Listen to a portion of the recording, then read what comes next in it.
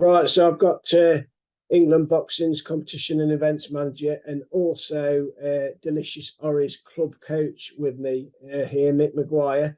Mick, we sat here just a few days after the Commonwealth Games is finished. First of all, as someone who helped in the organisation of that in terms of a volunteer, how much did you enjoy that tournament, and how well do you think it went? I loved it, loved being part of it. And I thought it was absolutely outstanding. A real triumph for the city of Birmingham and the organising committee. One thing I would say is the volunteers have been absolutely incredible.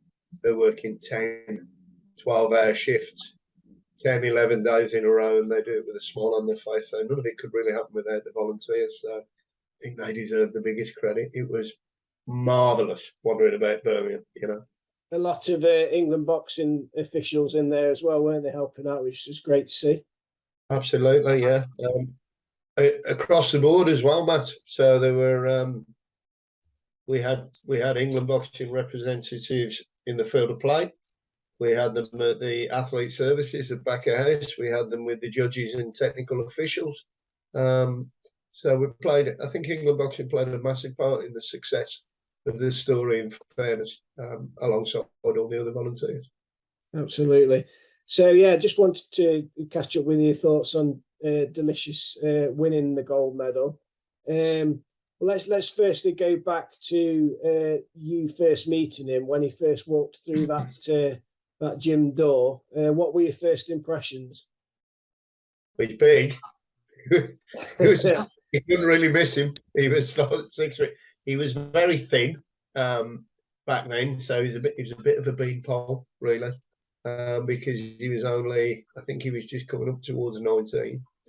I'd love to say that it was blatantly obvious that he was going to be a massively gifted athlete, which he has become, but it wasn't obvious really in the beginning.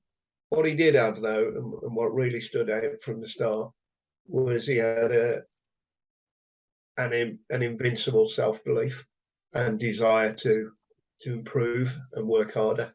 So, for example, in the beginning, we would give him a little drill to improve footwork, as an example.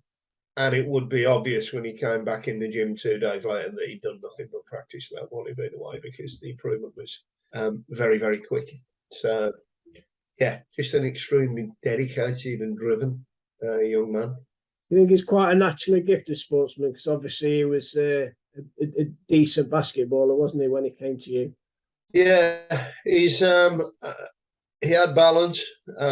He's got an incredible engine for a super heavyweight. He can go hard for all 3 rounds. That was evident in the beginning.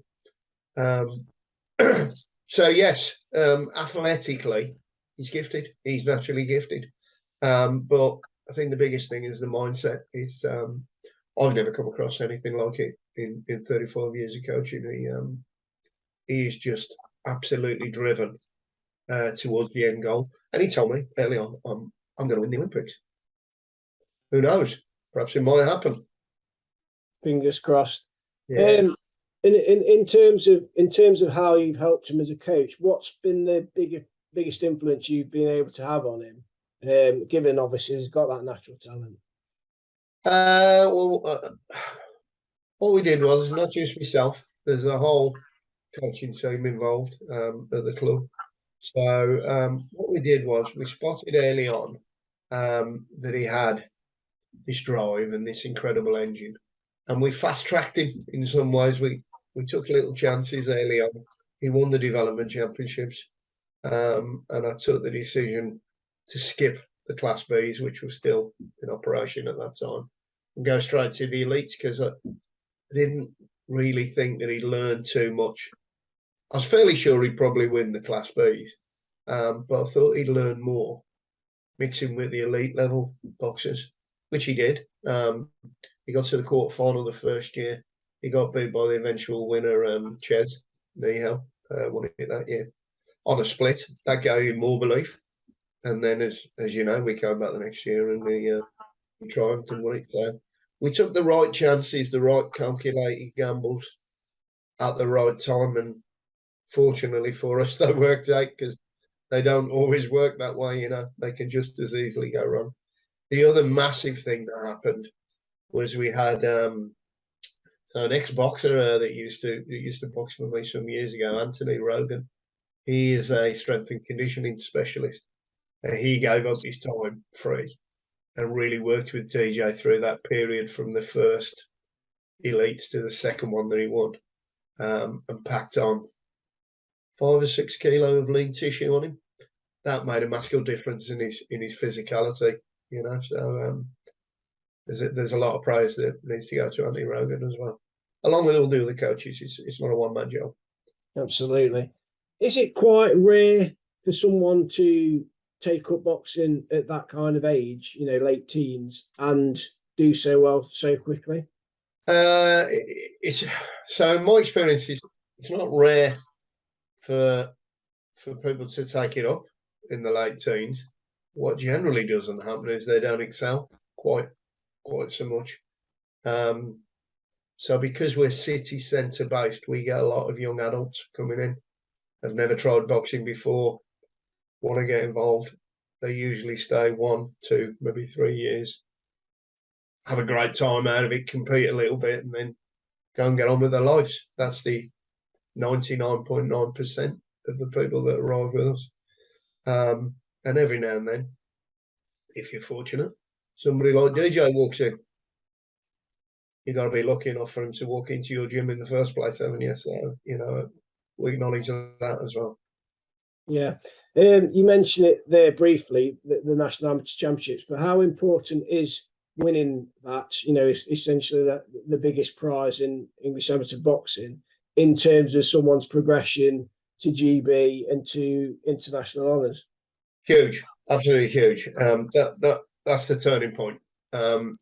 If you want to go on and become a successful international boxer and be able to appear at tournaments like the Commonwealth Games, European Championships, World Championship, the Olympics, the first thing you got to do is get to the final of the NACs. Then you go an assessment, and if you're successful with that assessment, then you've got the best support in the world. You've got the best coaches in the world around you. You've got the best backroom staff.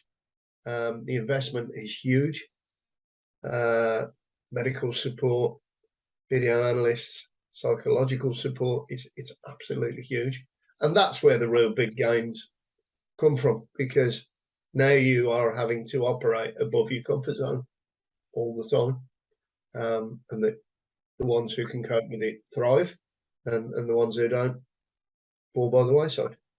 Absolutely. So let's fast forward now to last weekend. DJ win that gold medal. You were part of it, part of the team leader team on the field of play. How lucky do you feel to actually been there to witness it in the flesh and in front of a home crowd like it was? Incredible. I've never experienced anything like the atmosphere throughout the whole games. To be fair, the way that the crowd supported every nation was applauded out of the ring, whether they'd won, lost, whatever, and the momentum just grew and grew. DJ's very, very good at getting the crowd, you know, engaged with him. He gives them these little prompts every now and then. That was just made the hairs on my neck stand up.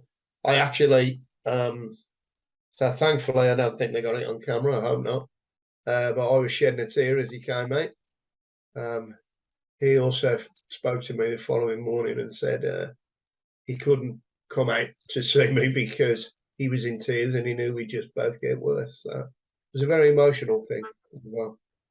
Absolutely. Did you have any doubts when he lost the first round? I mean, you know, he did brilliantly to come back, but were you always confident he would?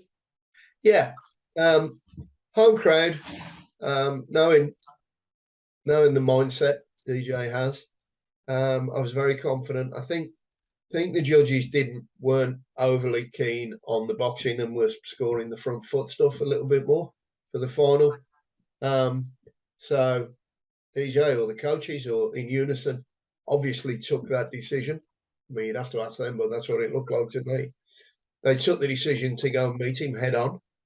And I think that was really evident from the second round, knowing the strength of mind he's got and the incredible engine he's got.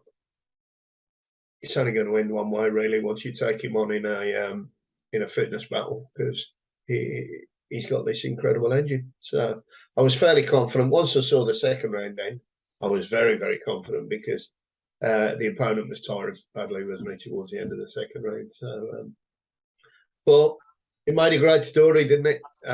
Losing the first round, it was almost like a Rocky film, wasn't it? we're behind, and we're going to go and overcome adversity and turn it round. So she's typical DJ, and my nerves are shredded. Do you feel a bit helpless? You know, having taken him so far, like you say, with the help of the other coaches at Jewellery Quarter. You feel a bit helpless when it obviously gets to that GB level, because I mean, I guess they're calling the shots and their coaches are making the decisions. Not at all, because I think he's with the best coaches in the world. I think they're better qualified and vastly more experienced than I am to make those calls for big tournaments, for the development back at the gym back in Sheffield. So no, not in any way. The communication's good. It's a two-way process. What generally happens is DJ will come home on a Thursday or a Friday. He'll ring me up and say, "Can we train tomorrow morning?" We go into the gym. We don't really train. He's well aware of that as well, because he needs rest, but we pretend we're training. And we have a little chat about things that have gone on and what are the work-ons. Basically, I just reinforce everything that has been said that week, because you've been in the GB gym, Matt. If you look up the walls, see all the pictures of Olympic medal winners, they definitely get it right. They definitely know what they're talking about. So I think it would be foolish to try and push against that. You know, I think he's in the best place in the world.